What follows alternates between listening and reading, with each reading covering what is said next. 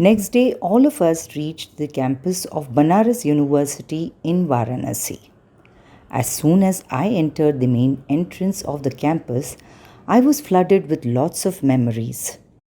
I had entered this university for the first time at the age of 16 to write the matriculation exam, which was conducted by the Banaras Hindu University.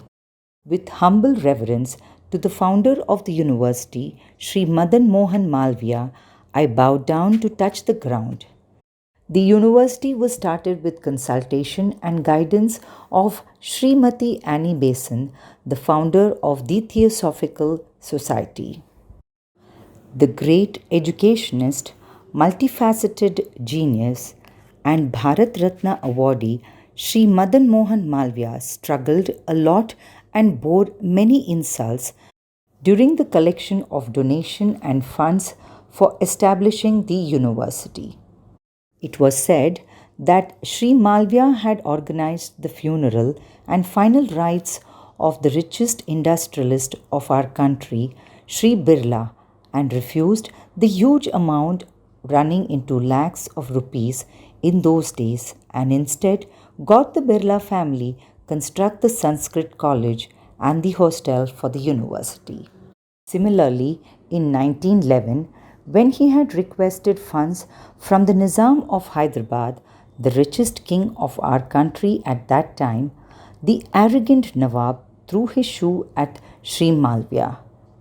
Instead of getting angry, a determined Sri Malviya used his presence of mind, took the shoes, and auctioned it. When the Nizam came to know about it, he feared that his shoe would be disgracefully auctioned off and would be purchased by someone at a cheap price, and was forced to purchase his own shoes at a huge cost. This money was used to fund the construction of many departments of this amazing university.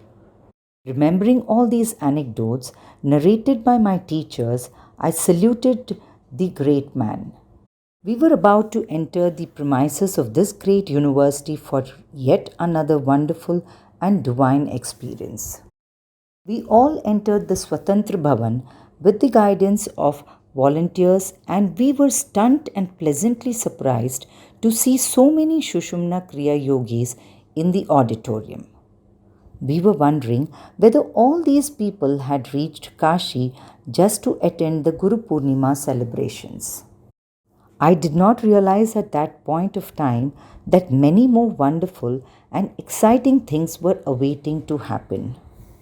The beautifully decorated auditorium stage, the lovely portraits of Sri Bhognath Siddhar and Sri Mahavatar Babaji, the huge lamps ready to be lit symbolizing the souls to be illuminated, soft discussions among the people assembled, and the highly vigilant Shushumna Kriya Yoga volunteers moving around guiding people and looking after all the arrangements.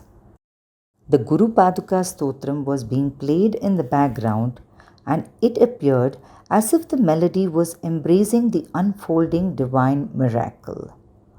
All these were like a transcendental experience.